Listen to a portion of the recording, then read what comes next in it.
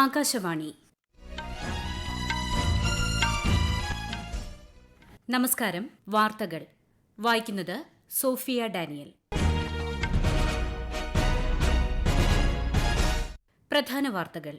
ഒന്നാംഘട്ട ലോക്സഭാ തിരഞ്ഞെടുപ്പ് നടക്കുന്ന 102 മണ്ഡലങ്ങളിൽ വോട്ടെടുപ്പ് പുരോഗമിക്കുന്നു.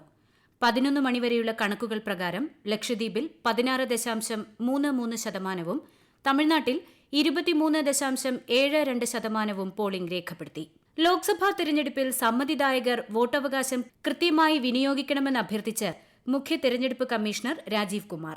താളമേളങ്ങളുടെ വർണ്ണവിസ്മയമൊരുക്കി ഇന്ന് തൃശൂർ പൂരം. ഇറാനിൽ ഇസ്രായേൽ വ്യോമാക്രമണം നടത്തിയതായി മാധ്യമ റിപ്പോർട്ടുകൾ. പലസ്തീന് ഐക്യരാഷ്ട്രസഭയിൽ പൂർണ്ണ അംഗത്വം നൽകണമെന്ന UN പ്രമേയം അമേരിക്ക വീറ്റോ ചെയ്തു. IPL ക്രിക്കറ്റിൽ ഇന്ന് Lucknow super Giants Chennai super കിങ്സിനെ നേരിടും. വാർത്തകൾ വിശദമായി. ഒന്നാംഘട്ട ലോക്സഭാ തിരഞ്ഞെടുപ്പ് നടക്കുന്ന 102 മണ്ഡലങ്ങളിൽ വോട്ടെടുപ്പ് പുരോഗമിക്കുന്നു. തമിഴ്നാടും ലക്ഷദ്വീപും ഉൾപ്പെടെ 17 സംസ്ഥാനങ്ങളിലും 4 കേന്ദ്രഭരണ പ്രദേശങ്ങളിലുമാണ് ഇന്ന് വോട്ടെടുപ്പ് നടക്കുന്നത്.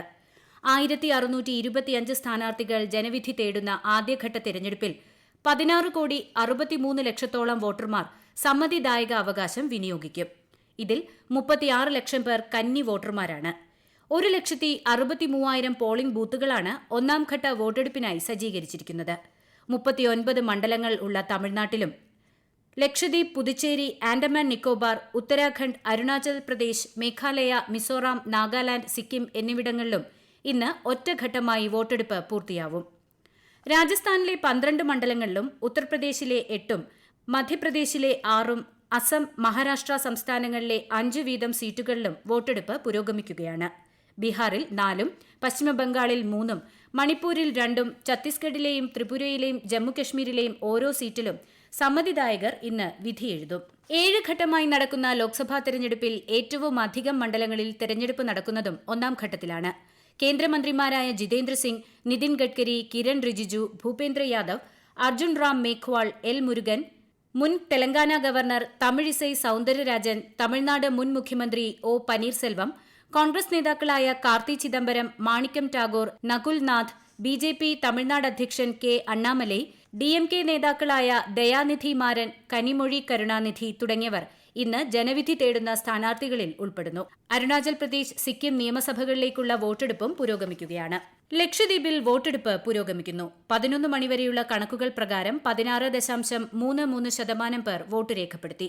കൂടുതൽ വിവരങ്ങളുമായി ആകാശവാണി ലക്ഷദ്വീപ് പ്രതിനിധി അബ്ദുൾ സലാം. രാജ്യത്തെ ഏറ്റവും ചെറിയ ലോക്സഭാ നിയോജക മണ്ഡലമായ ലക്ഷദ്വീപിലെ എല്ലാ ദ്വീപുകളിലും രാവിലെ 7:30 വോട്ടെടുപ്പ് ആരംഭിച്ചു. 10 ദ്വീപുകളിലായി 55 പോളിംഗ് ബൂത്തുകളിലാണ് ലക്ഷദ്വീപിൽ വോട്ടിംഗ് നടക്കുന്നത്. മുതിർന്നവരും സ്ത്രീകളുമടക്കം വലിയ ജനപങ്കാളിത്തമാണ് എല്ലാ ബൂത്തുകളിലും അനുഭവപ്പെടുന്നത്. വോട്ടിംഗ് പ്രക്രിയകൾ സാവകാശം ചലിക്കുന്നതായി വോട്ടർമാർ ആശങ്ക രേഖപ്പെടുത്തി.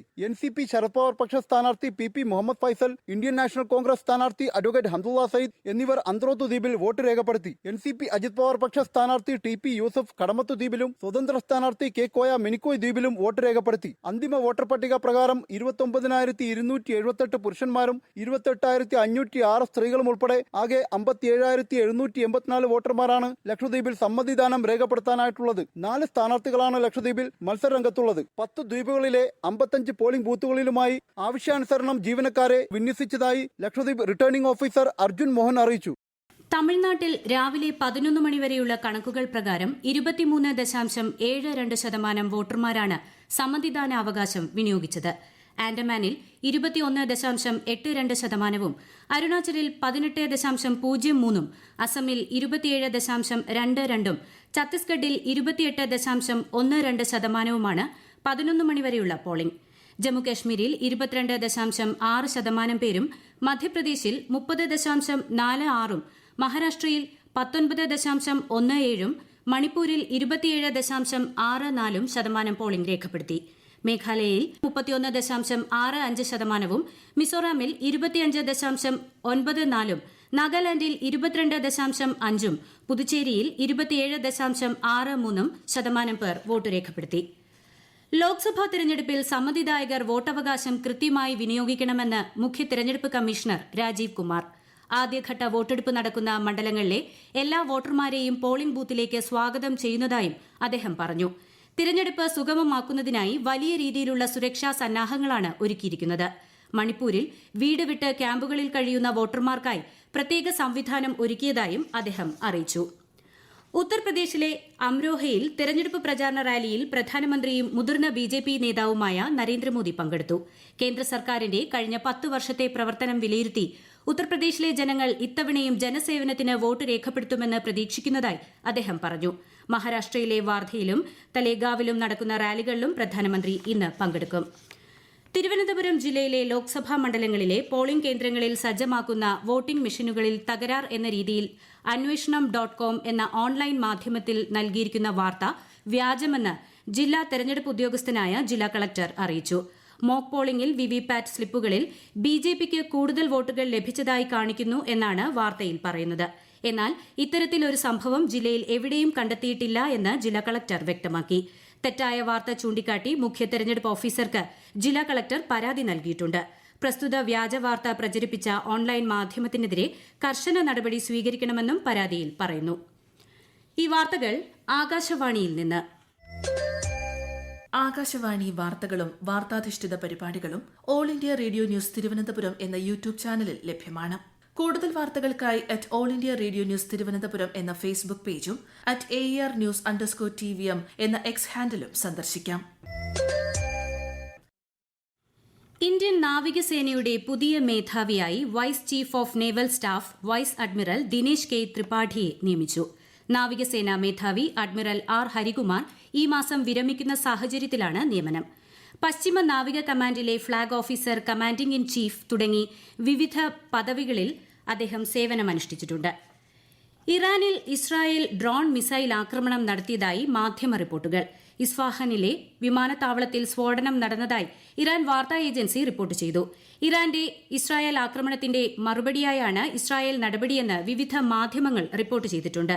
ഇസ്ഫഹാന് സമീപം ഇന്ന് രാവിലെ ഡ്രോണുകൾ കണ്ടെത്തിയതിനെ തുടർന്ന് ഇറാൻ പ്രതിരോധ മിസൈലുകൾ പ്രയോഗിച്ചിരുന്നു. എന്നാൽ വ്യോമ പ്രതിരോധ നടപടികളുടെ ഭാഗമായാണ് സ്ഫോടന ശബ്ദമുണ്ടായതെന്നും റിപ്പോർട്ടുകളുണ്ട്. വിഷയത്തിൽ അമേരിക്ക പ്രതികരിക്കാൻ വിസമ്മതിച്ചു. എന്നാൽ ഇസ്രായേൽ ഇറാനുമേൽ ആക്രമണം നടത്തുകയായിരുന്നുവെന്ന് അമേരിക്കൻ ബ്രോഡ്കാസ്റ്റ് നെറ്റ്വർക്ക് റിപ്പോർട്ട് ചെയ്തു. ഇറാനിൽ നിന്നുള്ള നിരവധി വിമാന സർവീസുകൾ ഇതേ തുടർന്ന് നിർത്തിവച്ചിരിക്കുകയാണ്. പലസ്തീന് ഐക്യരാഷ്ട്രസഭയിൽ പൂർണ്ണ അംഗത്വം നൽകണമെന്ന UN രക്ഷാസമിതിയിലെ കരട് പ്രമേയം അമേരിക്ക വീറ്റോ ചെയ്തു. 15 അംഗ രക്ഷാസമിതിയിലെ 12 അംഗങ്ങൾ പ്രമേയത്തെ അനുകൂലിച്ചപ്പോൾ UK-യും സ്വിറ്റ്സർലാൻഡും നടപടിക്രമങ്ങളിൽ നിന്ന് വിട്ടുനിന്നു.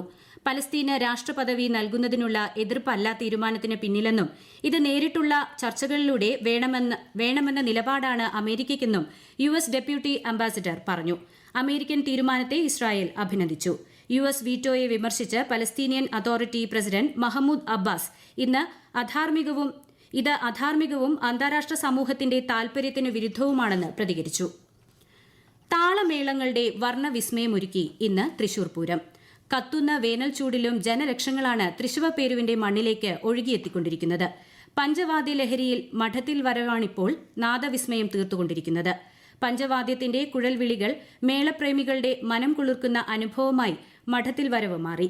അല്പസമയത്തിനകം ഇലഞ്ഞിത്തറ മേളത്തിനായി ജനലക്ഷങ്ങൾ കാതോർക്കും.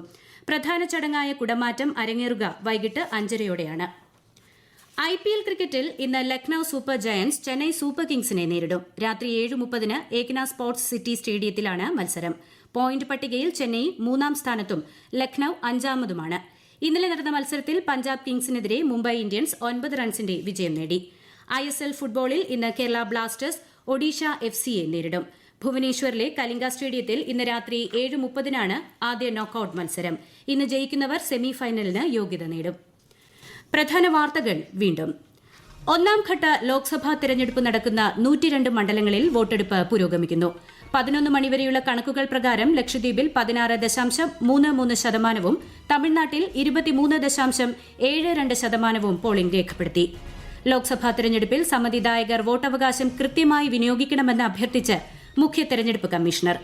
താളമേളങ്ങളുടെ വർണ്ണവിസ്മയമൊരുക്കി ഇന്ന് തൃശൂർ പൂരം. ഇറാനിൽ ഇസ്രായേൽ വ്യോമാക്രമണം നടത്തിയതായി മാധ്യമ റിപ്പോർട്ടുകൾ. പലസ്തീൻ ഐക്യരാഷ്ട്രസഭയിൽ പൂർണ്ണ അംഗത്വം നൽകണമെന്ന UN പ്രമേയം അമേരിക്ക വീറ്റോ ചെയ്തു. IPL ക്രിക്കറ്റിൽ ഇന്ന് Lucknow super Giants Chennai super കിങ്സിനെ നേരിടും. വാർത്തകൾ കഴിഞ്ഞു. അടുത്ത വാർത്താ പ്രക്ഷേപണം വൈകിട്ട് 6:30.